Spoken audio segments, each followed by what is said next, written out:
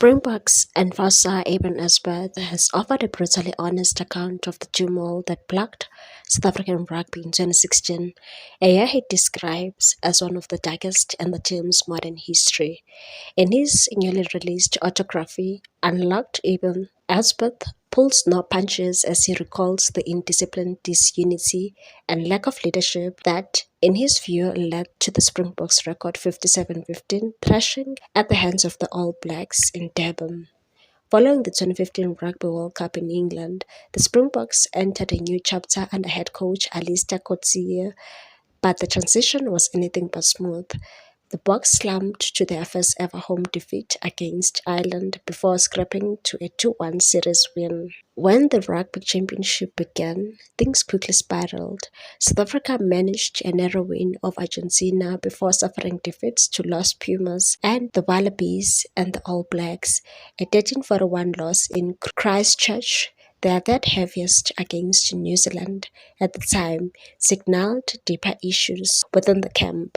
Eben reveals that in the days leading up to the Durban test, several French players broke curfew to party, a move that not only angered senior players but also became public knowledge after South African journalists got wind of it and said the discipline in the group wasn't very good. Some guys on the fringes decided it was a good idea to go out and party just days before our match against all the Blacks. It created a bad feeling in the group. We lacked an effective leadership core, experienced players who weren't afraid to tell the younger guys, this is not how real Springboks behave. The fallout was devastating. The Springboks were accumulated 57-15, their worst ever loss to New Zealand at the time. Eben recalls the eerie atmosphere that followed the final whistle at Kings Park, saying the silence from stunned supporters cut deeper than any jeers could. He said, I don't remember any booing that day, but the silence was actually worse. When fans boo, it shows they care. That silence meant they had no hope for us anymore.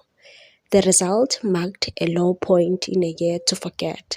The Springboks went on to lose their remaining fixtures, including a first ever defeat to Italy, confirming that the once feared green and gold machine was in crisis. Perhaps most damningly, Esbeth says some of his teammates responded to the historic defeat by going out drinking again after the match, and said a few guys who went out before the game went out again afterwards and came back drunk.